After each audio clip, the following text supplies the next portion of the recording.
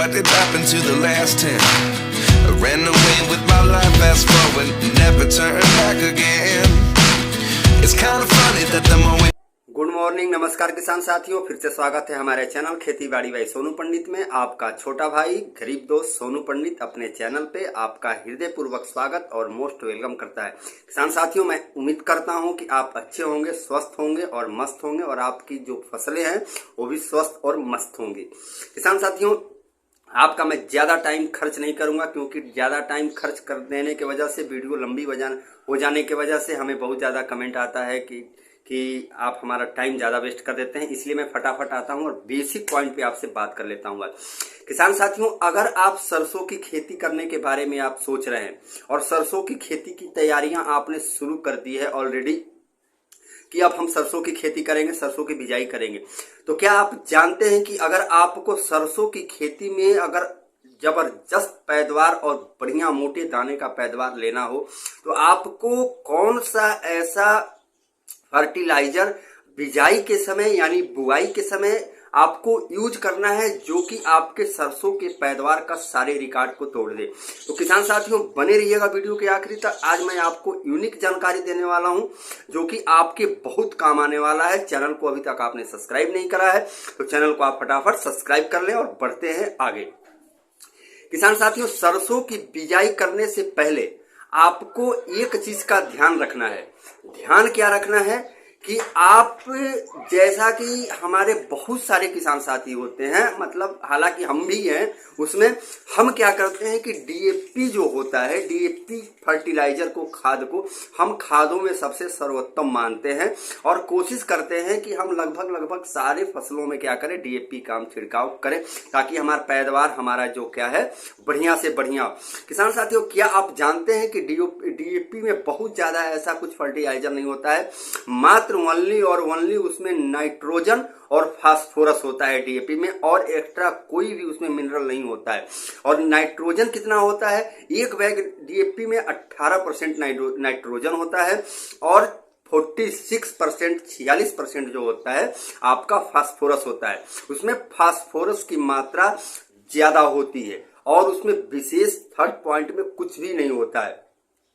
आपको मैं 3 ऑप्शन बताऊंगा, 2 से 3 ऑप्शन बताऊंगा जो कि आप अपने बिजाई, सरसों की बिजाई के समय बढ़िया से बढ़िया पैदावार भी ले सकते हैं और उसके बाद जितने भी सरसों की फसल में रोग लगने वाले जो प्रक्रिया होते हैं, रोग लगने के जो चांस होते हैं, वह रोग भी दूर दूर तक क्या होगा कि आपके फसल में नहीं आएगा। तो बने रहिएगा वीडियो के आखिरी तक। चैनल को अभी तक आपने सब्सक्राइब नहीं करा है तो चैनल को आप सब्सक्राइब कर लें। बढ़ते हैं आगे। किसान साथियों, आपको सरसों की बिजाई के समय करना क्या है, आपने खेतों को पूरी तरह से तैयार कर ली।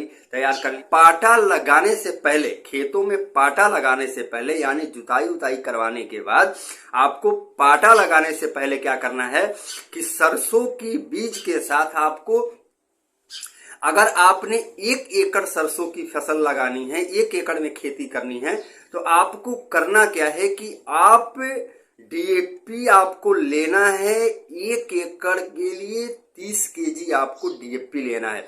बहुत सारे हमारे किसान साथी होते हैं जो डीएपी का ज्यादा से ज्यादा छिड़काव करने की कोशिश करते हैं। उनको लगता है कि हम डीएपी ज्यादा छिड़काव करेंगे तो हमारा उपज और फसल जो होगा बढ़िया होता है। जी नहीं, यह बिल्कुल भ्रम है और गलत है। आपको डीएपी ज्यादा डाल देने से आप अपने जमीनों को बंजर बना रहे हैं, अपने खेतों को आप बंजर बना रहे हैं।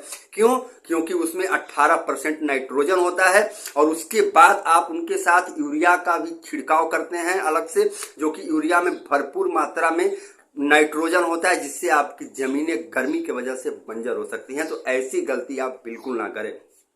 खादों का कम से कम छिड़काव करें। हाँ, मिश्रण पे ध्यान दें कि हम कौन सा यूनिक खाद इसमें मिक्स करें जिससे कि हमारे फसल जो है जबरदस्त हो। तो आपको करना क्या है कि सरसों की बिजाई के समय सरसों के बीज के साथ आपको 30 केजी लेना है डीएपी, अगर 1 एकड़ में बुआई करनी है तो। प्लस में क्या करना है, आपको पोटास लेना है, दानेदार रेड कलर वाला जो आता है वो आपको एमओपी पोटास लेना है। कितना लेना है? 10 केजी आपको पोटास ले लेना है।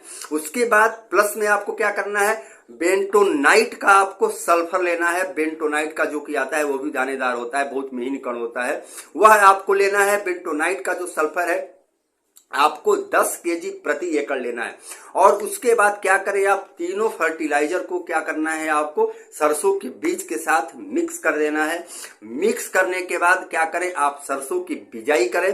बिजाई अगर आप कर देते हैं तो आपको एक चीज होगा इसमें कि आप जो डीएपी का छिड़काव करते हैं तो इसमें जो होता है 46% फास्फोरस होता है, जो कि आपके सरसों में लगने वाले जड़ गलन और तना गलन जो रोग होता है उसके साथ साथ जो सफेद सफेद जो रेड धब्बे पड़ते हैं सरसों के पत्तियों में और उसमें जो क्या होते हैं कीड़े लग जाते हैं फलों में, यह समस्या आपको नहीं आएगी, इतना मैं दावे के साथ कह रहा हूं। और दूसरा आपको फर्टिलाइजर बताता हूं, अगर आप डीएपी का प्रयोग करने में सक्षम नहीं है, आपके पास पैसे की किल्लत है, तो आपको करना क्या है कि आप एसएसपी यानी सिंगल सुपर फास्फेट आपको लेना है 50 से 70 केजी प्रति एकड़ के हिसाब से। 30 केजी आपको लेना है यूरिया प्रति एकड़ के हिसाब से, और एमओपी यानी पोटास लेना है आपको 10 केजी प्रति एकड़ के हिसाब से। आप सरसों के बीज के साथ मिक्स करके इसकी बिजाई करें। यह भी जो है आपको जबरदस्त पैदावार देने में आपकी हेल्प और मदद कर सकता है यह फर्टिलाइजर। और तीसरा आपको बताता हूं जो कि सबसे बेस्ट होगा, पैसे भी आपके बचेंगे और आपका पैदावार जो होगा जबरदस्त और दोगुना से तिगुना भी हो सकता है। तो तीसरा ऑप्शन क्या है, आपको 12-32-16 लेना है एनपीके का। वह कितना लेना है, 30 केजी प्रति एकड़ के हिसाब से लेना है जिसमें, और उसके बाद क्या करना है आपको यूरिया ले लेना है। यूरिया का ज्यादा मात्रा नहीं रखना है, इतना आपको ध्यान देना है। यूरिया प्रति एकड़ आप 10 से 15 केजी ले लें, इससे ज्यादा आप नहीं ले। उसके बाद आपको एसपी सिंगल सुपर फास्फोरस आपको लेना है 15 केजी। बेंटोनाइट का सल्फर लेना है 5 केजी, और जैसा कि मैंने बताया 12-32-16 आपको ले लेना है 30 केजी। इस तीनों खादों का आप फर्टिलाइजरों का मिक्स करके बिजाई करते समय छिड़काव करें साथ में बीज के। आप देखेंगे कि आप हर साल के अपेक्षा जो आपके इस साल का सरसों का जो फसल होगा आपके पैदावार को डबल कर देगा। यह मैं गारंटी के साथ कह रहा हूं, लिखित में कह रहा हूं आपसे, इतना ही आप यकीन माने किसान साथियों।